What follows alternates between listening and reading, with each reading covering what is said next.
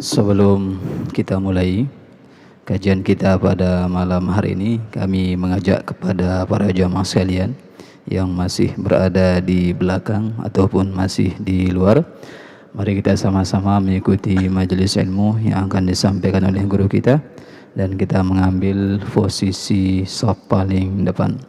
Sekali lagi pada para jamaah, mari kita sama-sama meningkatkan keimanan dan ketakwaan kita dengan mengikuti majelis keilmuan yang akan disampaikan oleh guru kita.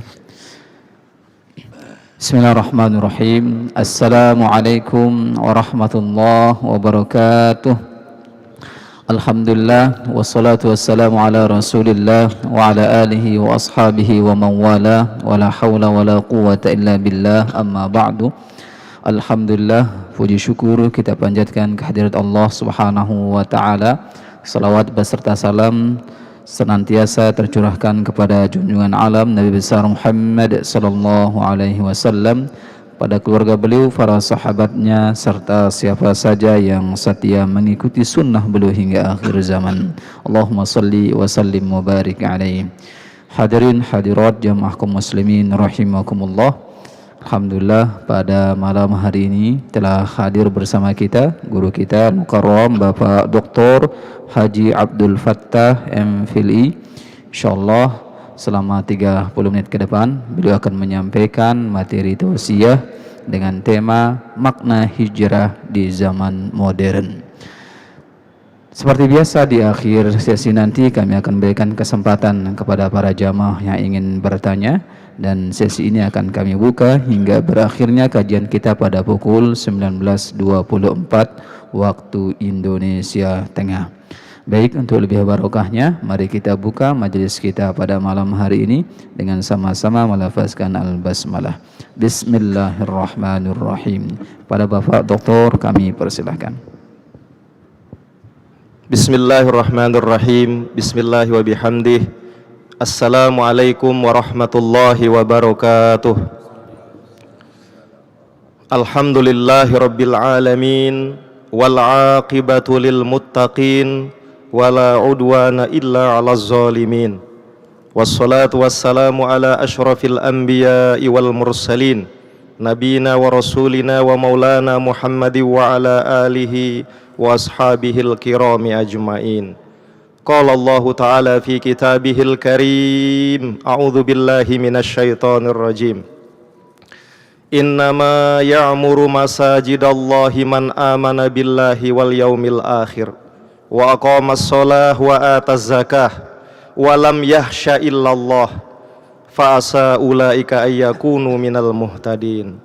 Wa qala alaihi salatu wassalam, innamal a'malu binniyat wa innama likulli imri'in ma nawa, faman kanat hijratuhu ilallahi wa rasulih fa hijratuhu ilallah wa rasulih, wa man kanat hijratuhu lidunya yusibuha aw imra'atin yankihuha fa hijratuhu ila ma hajara ilaih. Rawahu Al-Bukhari.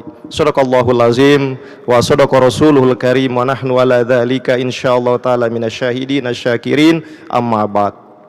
Ma'asyiral muslimin wal muslimat, hadirin hadirat jamaah salat maghrib rahimakumullah yang dimuliakan Allah. Alhamdulillah wa syukrulillah wala haula wala quwata illa billah. Kita memanjatkan rasa syukur kita yang tiada terkira dengan kata yang terbatas, namun dengan hati yang sangat tulus kehadirat Allah Azza wa Jalla atas limpahan rahmat dan karunia-Nya kepada kita.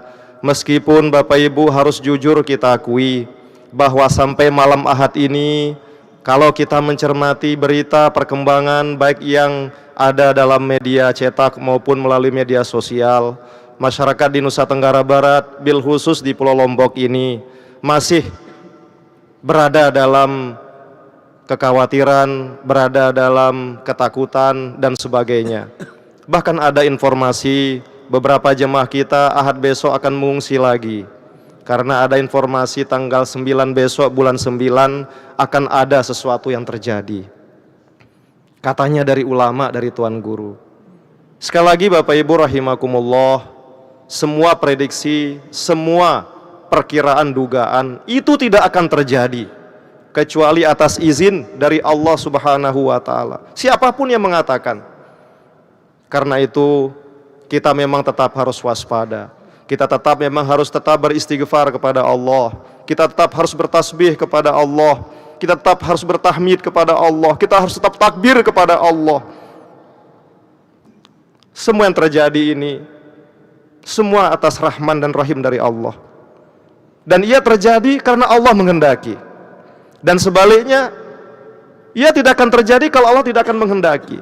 Karena itu, ma'asyiral muslimin wal muslimat, kalau ada informasi itu sekali lagi boleh didengarkan tapi jangan diyakini.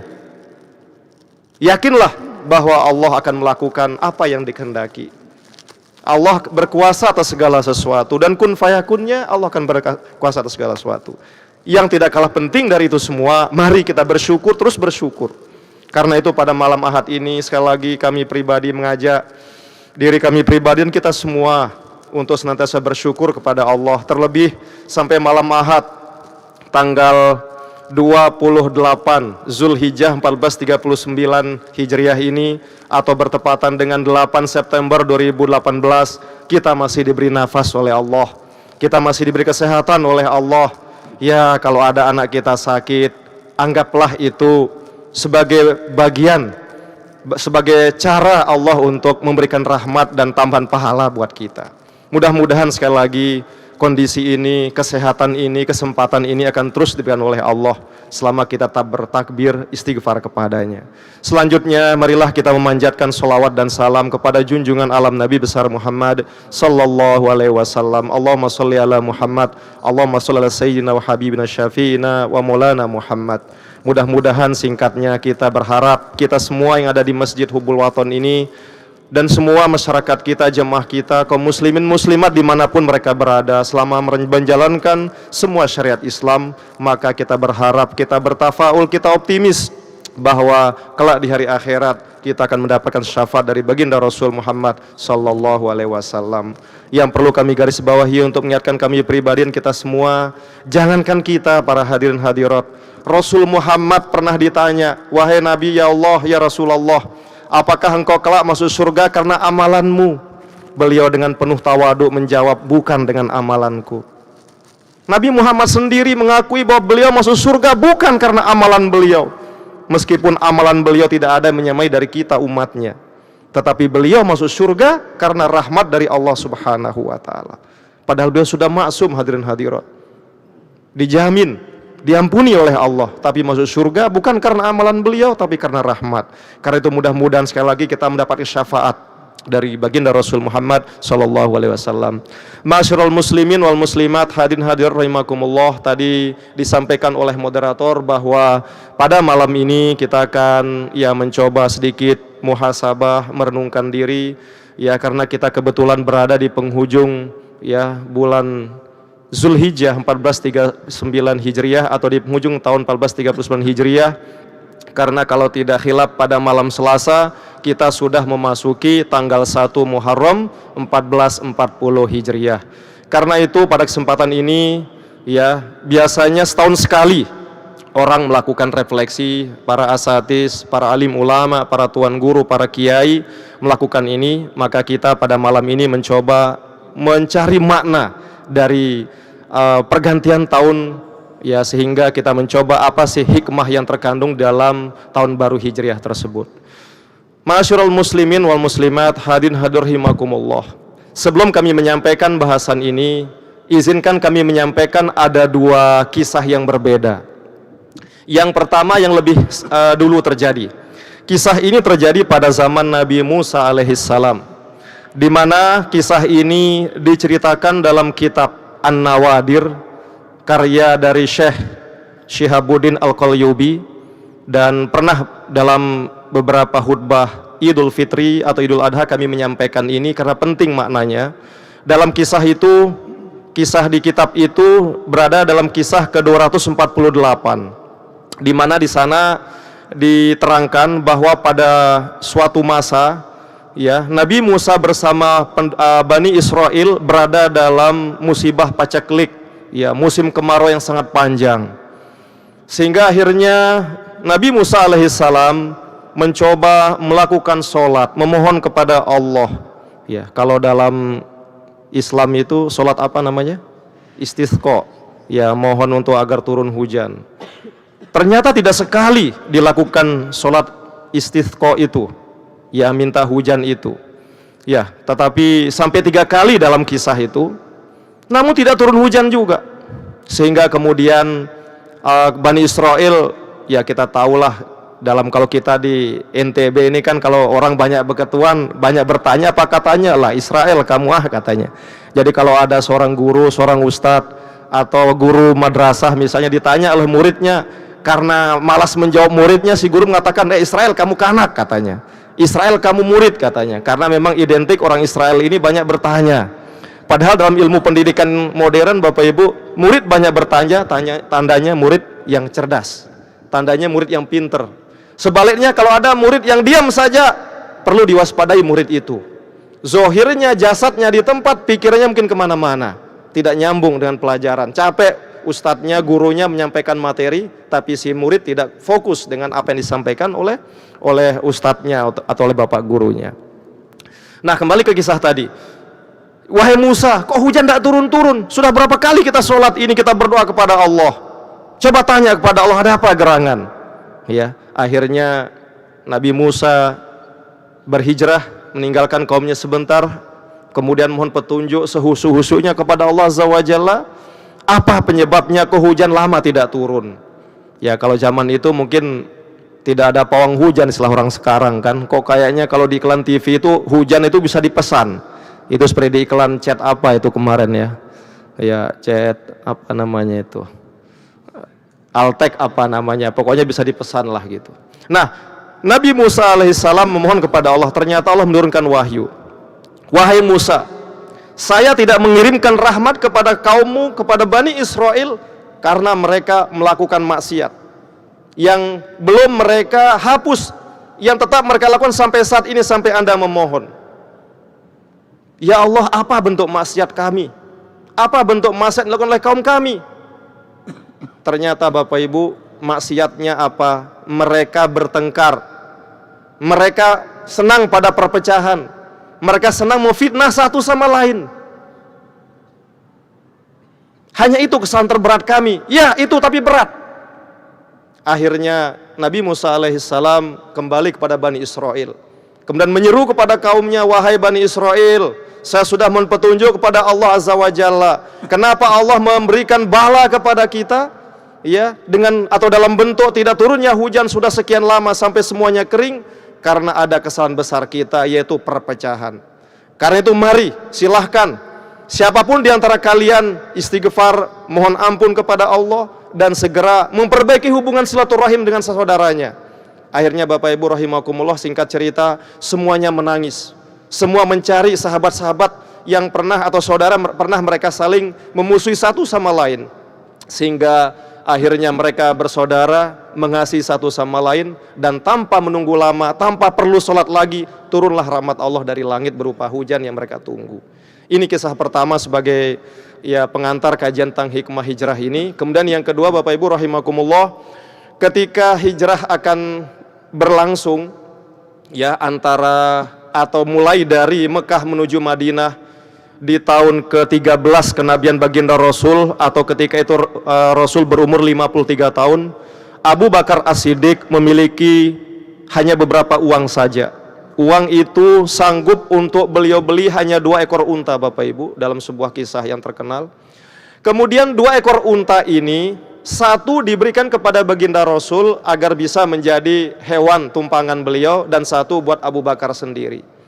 Tapi apa yang terjadi? Rasulullah SAW tidak mau menerima itu percuma. Tumben, biasanya kalau sebelumnya, ya karena ini ikhlas tulus dari seorang sahabat demi tegaknya ajaran Islam, demi tegaknya syiar Islam, dakwah Islamiyah, Rasul menerima sumbangan dari para sahabat, termasuk dari Utsman bin Affan, termasuk dari Abu Bakar As-Siddiq rahimahumallah. Tetapi kali ini Rasul tidak mau. Tidak Abu Bakar, saya harus bayar unta Anda, saya harus berikan. Oh tidak Rasul, seilas tidak, untuk kali ini tidak. Rasul tegas.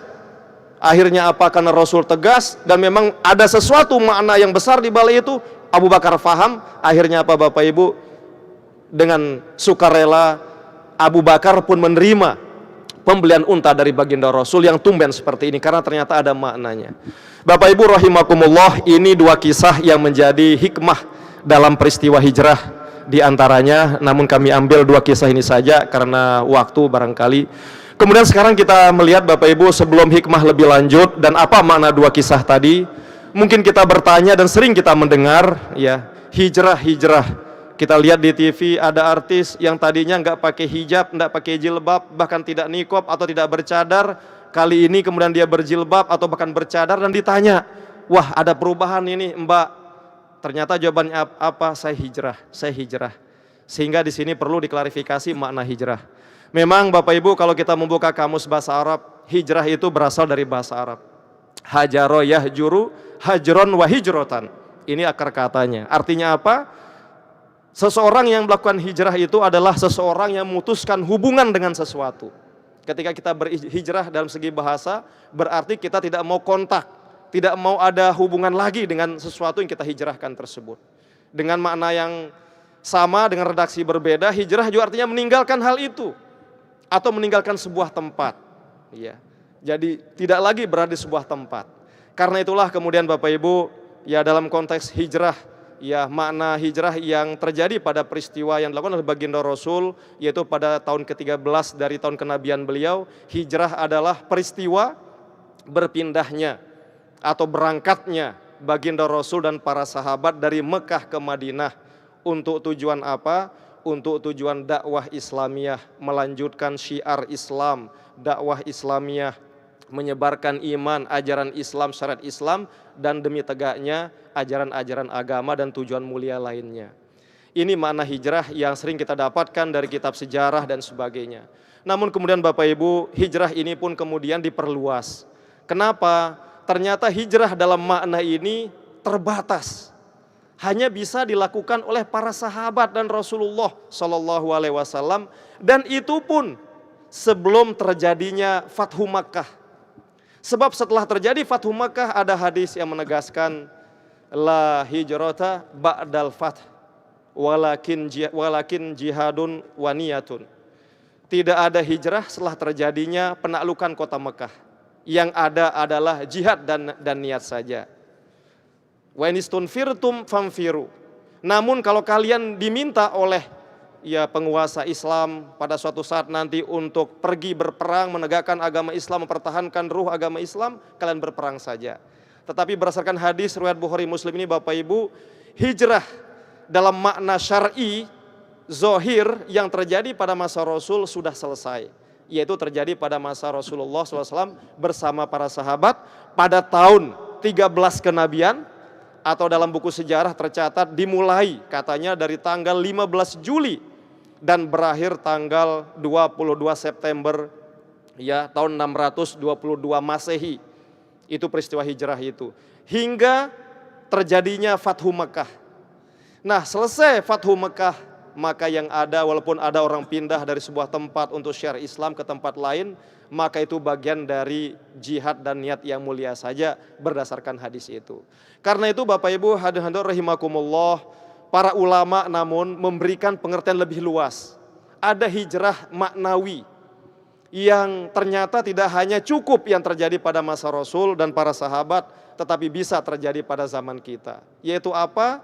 Yaitu upaya mujahadah meninggalkan semua perbuatan, semua kondisi yang tidak benarkan oleh syariat, yang tidak dianjurkan oleh ajaran agama Islam, menuju kondisi yang lebih baik, menuju situasi yang lebih bagus, menuju keadaan yang lebih baik, sehingga syiar Islam ini semakin hebat, semakin bagus. Dan karena itu kita semua Bapak Ibu hingga hari ini bisa masuk ke dalam hijrah yang maknawiyah atau hakiki semacam ini. Makanya dalam sebuah hadis pernah juga ditegaskan, wal muhajir man hajaro manahallahu an. Yang sebetulnya atau yang sesungguhnya orang berhijrah itu adalah orang yang benar-benar meninggalkan apa yang tidak dikehendaki atau yang dilarang oleh Allah Subhanahu wa taala. Karena waktu sebenarnya banyak hal perlu kami sampaikan tentang berapa kali sih hijrah sebenarnya terjadi. Sejarah mencatat ada 3 kali pada tahun ke-5 kenabian Bapak Ibu, ya 3 kali. Pertama pada tahun ke-5 kenabian, yaitu hijrahnya para sahabat ya ke daerah Ethiopia ya atau Habasyah pada waktu itu, yaitu jumlah sahabat itu 103 orang. Kemudian pada yang kedua hijrah pada tahun 10 kenabian, yaitu kapan? Yaitu pada tahun 10 kenabian Nabi yang hijrah untuk berdakwah ke Taif. Tetapi di sini juga Rasul tidak mendapatkan respon, bahkan beliau dihina seperti bukan manusia, sampai semua badan beliau berdarah, dan malaikat Jibril menawarkan ya Jabal Qubays akan ditimpakan ke penduduk Taif waktu itu, tapi Rasul menolak. Jangan. Sekarang mereka mungkin kafir, tapi anak cucunya akan menjadi muslim. Dan yang ketiga adalah hijrah yang terjadi, yaitu dari Mekah ke Madinah pada tahun ke-13 Hijriah. Jumlah para sahabat yang hijrah dalam buku sejarah yaitu 150 orang. Bayangkan Bapak Ibu sekali lagi, tahun ke-5 kenabian waktu hijrah ke Habasyah atau Ethiopia, kurang lebih 103 jumlah sahabat. Kemudian dari tahun ke-5 sampai tahun ke-13, ya sekitar 8 tahun, hanya 150. Berarti nambah cuma 7 orang sahabat dalam rentang waktu 8 tahun. Jadi intinya di Mekah itu tidak tempat yang kondusif saat itu, sehingga Allah memerintahkan baginda Rasul dan para sahabat untuk hijrah. Nah sekarang sebelum kita tanya jawab, kita semua maklum Bapak Ibu, kita pada hari ini berada pada penghujung tahun 1439, dan 2 hari lagi tepatnya hari Selasa kita akan masuki 1440 Hijriah. Artinya apa? Bahwa peristiwa hijrah yang kita sebut singkat tadi telah terjadi selama 1439 tahun yang lalu, atau 1440 tahun yang lalu, 2 hari lagi ke depan, itu perhitungannya. Nah di sini pertanyaannya, apakah Rasul yang menetapkan peristiwa hijrah ini sebagai penanggalan pertama dalam sejarah Islam, dalam kalender Islam, dalam almanak Islam? Ternyata kita tahu, yaitu baginda khalifah kedua, yaitu sahabat Umar bin Al-Khattab. Kenapa tidak pada masa Abu Bakar? Waktu belum mendesak, kondisi belum mendesak saat itu. Tapi pada masa Umar bin Khattab, kekuasaan Islam semakin meluas, administrasi negara semakin bagus.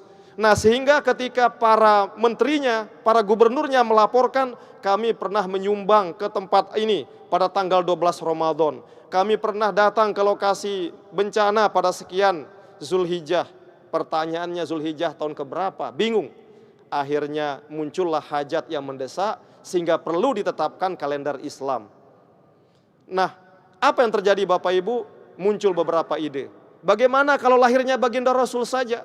Ya, pada tanggal 12 Rabiul Awal tahun gajah itu kita tetapkan sebagai kalender atau penanggalan pertama dalam Islam. Ditolak oleh Umar bin Al-Khattab dan para sahabat yang berpikir jernih. Kenapa? Kalau itu yang terjadi, berarti maaf, kita tidak jauh berbeda dengan pemeluk agama lain yang mendewakan nabinya, bahkan dijadikan nabinya setengah sebagai dewa atau setengah Tuhan. Islam agama yang rasional sekaligus agama yang irasional Bapak Ibu. Irasional dalam arti apa? Dalam beribadah kita tidak boleh perekengan sama Allah, tidak boleh hitung-hitung dan logika matematik yang rasional itu.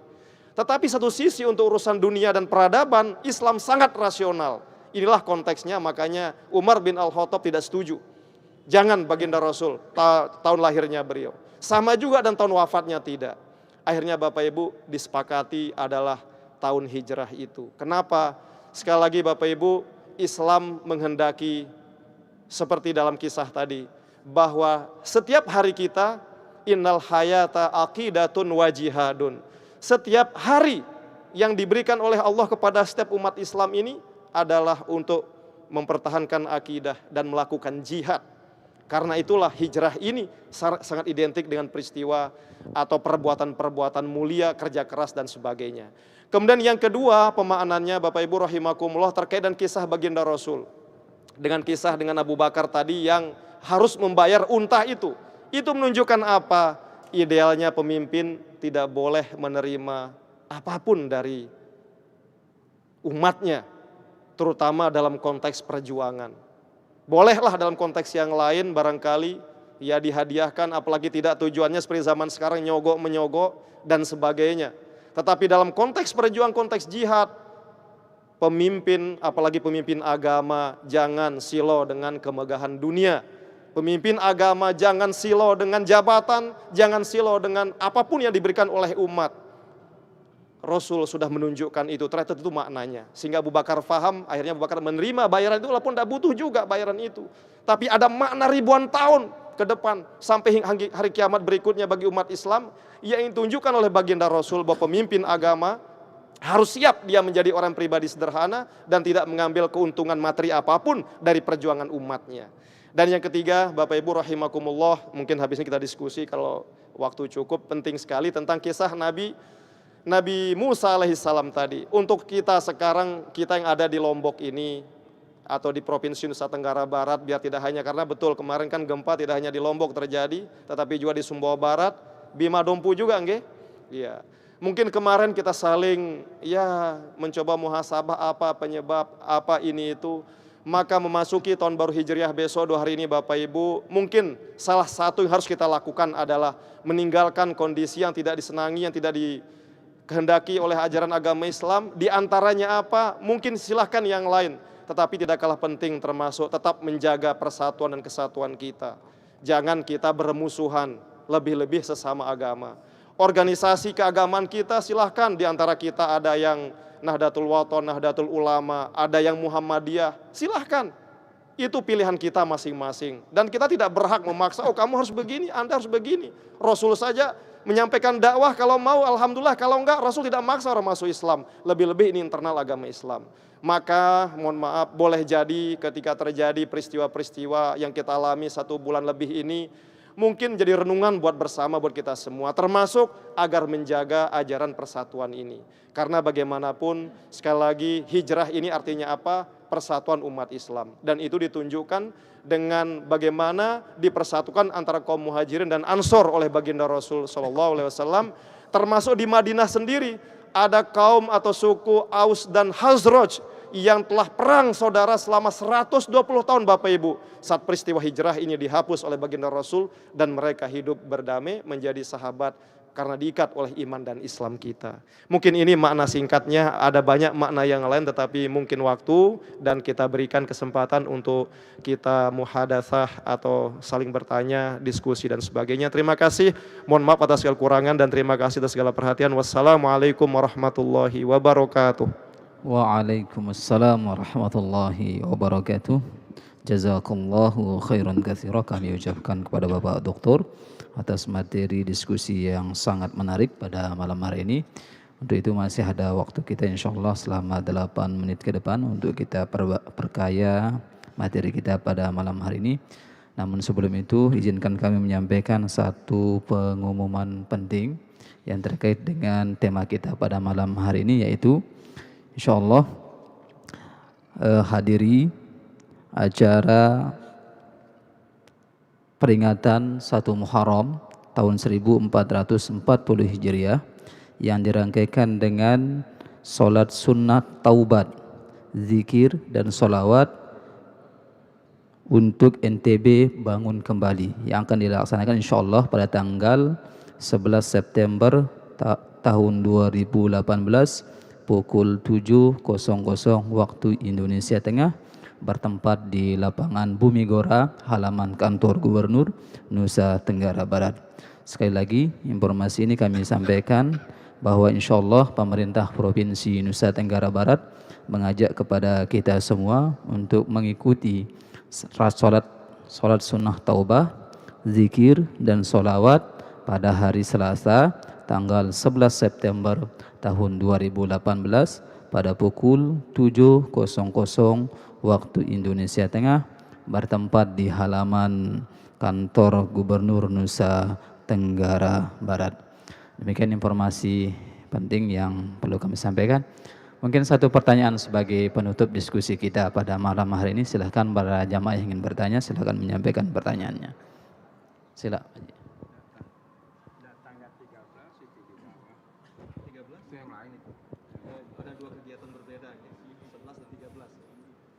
Terima kasih. Assalamualaikum warahmatullahi wabarakatuh. Ada 2 yang kami ingin ketahui lebih jelas terkait dengan penamaan bulan yang kita kemudian identik dengan bulan Islam. Nah, bulan Islam, Muharram dan seterusnya itu ternyata kan sudah mulai disebut sejak sebelum lahir baginda Rasul. Bahkan beliau Rasul di tanggal 12 Rabiul Awal. Nah, sejak kapan sesungguhnya itu? Karena pada kondisi sekarang di agama-agama lain kita tidak dengar menyebut nama bulan-bulan yang sebenarnya sudah ada jauh sebelum itu. Itu yang pertama. Kemudian yang kedua terkait dengan sikap dari kisah yang tadi Abu Bakar ingin menyampaikan seekor onta kepada baginda Rasulullah kemudian ditolak. Yang kemudian dalam konteks kehidupan saat ini ada istilah dana perjuangan. Ya, kita kalau berjuang bi amwalikum, dengan harta. Nah, itu terjadi dalam kehidupan yang memang kalau kita untuk menuju sesuatu titik tertentu itu juga harus tersedia. Nah, mohon penjelasan bagaimana konteks istilah kita harus ada unsur itu bi amwalikum itu dengan yang seperti tadi. Mohon mungkin ada perbedaan. Terima kasih. Assalamualaikum warahmatullahi wabarakatuh. Ya Pak Haji Nasrifin, nggih. Baik, ada dua hal Bapak Ibu rahimakumullah yang penting kita sampaikan. Yang pertama tentang bulan Islam, ya. Bulan Islam, Muharram, Safar, Rabiul Awal, Rabiul Akhir, Jumadil Awal, Jumadil Akhir dan seterusnya hingga Zulhijjah 12 jumlahnya. Berdasarkan apa yang disampaikan tadi dan yang kita baca, kami pun secara pribadi tapi ini untuk ilmu Bapak Ibu, karena kalau kita bicara sejarah ini memang harus banyak sumber dan tidak boleh kita membuat-buat istilahnya. Yang kami ketahui dari sejarah memang bahwa penanggalan bulan terutama ya, Muharram, Safar dan sebagainya bukan Nabi Muhammad yang membuat terlebih dahulu. Bulan itu memang sudah tradisi Arab. Ya, cuma tradisi Arab ini juga dari zaman siapa? Ya, mungkin nanti Pak Dr. Jamal yang mengajar sejarah peradaban yang lebih banyak paham tentang itu.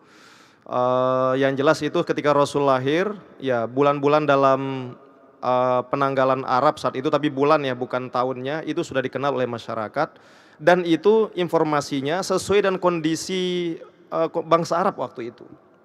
Ya, sesuai dengan kondisi bangsa Arab. Dan boleh jadi juga ketika terjadi banjir zaman Nabi Nuh, itu juga bulan ini yang dipakai, karena ada yang mengatakan Muharram ini sangat istimewa, di mana waktu itu disebut-sebutlah ya, termasuk 10 Muharram ya. Kalau kita ada tradisi di Lombok ini atau NTB di Sumbawa, kemudian di Indonesia ini hari Asyura katanya gitu ya. Di situ diselamatkannya Nabi Nuh dari ini itu, dari banjir, kemudian diselamatkannya nabi-nabi yang lain ketika terjadi bencana kepada kaumnya, misalnya seperti Nabi Lut dan sebagainya. Jadi boleh jadi dari ribuan tahun sebelum lahir Nabi Muhammad memang nama-nama bulan Arab ini sudah ada. Nah, yang menarik memang kok sampai sekarang tidak ada yang menggunakan itu kecuali Islam. Yang jelas bahwa Bapak Ibu rahimakumullah, untuk tahun hijrahnya ini memang benar-benar murni lahir dari sahabat baginda Rasul sesuai dengan kebutuhan, yaitu Umar bin Khattab. Dan dalam perjalanan waktu orang Arab juga karena mayoritas masuk Islam, akhirnya yang mempertahankan nama-nama bulan Arab tadi ditambah dengan adanya pembakuan dari Umar bin Khattab radhiyallahu anhu tentang peristiwa hijrah ini, sehingga seterusnya sampai sekarang ini menjadi milik umat Islam. Nah, dalam hal ini juga Bapak Ibu rahimakumullah, ada yang menarik tadi juga yang perlu kami sampaikan. Apa hikmah hijrah ini? Penanggalan Islam tahun Hijriah ini, menurut kami itulah kelebihan agama Islam. Kita ini tidak salah atau tidak haram kalau menggunakan juga tahun Masehi. Kalau Bapak Ibu berani menyalahkan, silahkan. Kalau gitu kita umat Islam di Indonesia ini mulai besok nggak boleh buat surat, ya enggak? Dengan tanggal 2 Desember, 5 Desember. Sampai hari ini semua umat Islam menggunakan tanggal itu tidak? Hampir semua menggunakan. Tetapi hebatnya Bapak Ibu, ya, kita umat Islam tidak hanya menggunakan penanggalan yang menggunakan sistem matahari ini, yaitu yang pada tahun Masehi, tapi kita menggunakan sistem bulan sebagai ukuran, yaitu tahun Hijrah ini. Di sini mengisyaratkan agar kita ya untuk melaksanakan ibadah, ritual dan sebagainya, karena ukurannya adalah penanggalan ini. Kapan datang bulan puasa, yaitu pada bulan suci Ramadan, haji dan sebagainya. Itu singkatnya. Kemudian yang berikutnya tentang dana perjuangan 1 menit. Ada dana perjuangan, boleh nggak kita gunakan? Menurut kami silahkan saja. Dana perjuangan apalagi sudah ada kosnya, ada manajemennya, kita gunakan tidak masalah Bapak Ibu. Yang jadi masalah sudah ada dana, maaf kadang-kadang digunakan, tapi tidak jelas penggunaannya, tidak jelas pertanggungjawabannya. Lebih bagus lagi hari ini kita gunakan, besok kita ada kelebihan rezeki, kita yang menyumbang ke organisasi kita. Sehingga kita tidak terlalu berharap pada pemberian organisasi, tapi bagaimana apa yang bisa kita berikan kepada organisasi untuk ajaran agama Islam. Itulah makna hijrah yang hakiki, yaitu kondisi mental kita yang berderma, bukan berada pada di bawah, tapi memberi dari yang di atas. Wallahu a'lamu bishawab, karena waktu Isya sudah datang, kami cukupkan. Wassalamualaikum warahmatullahi wabarakatuh.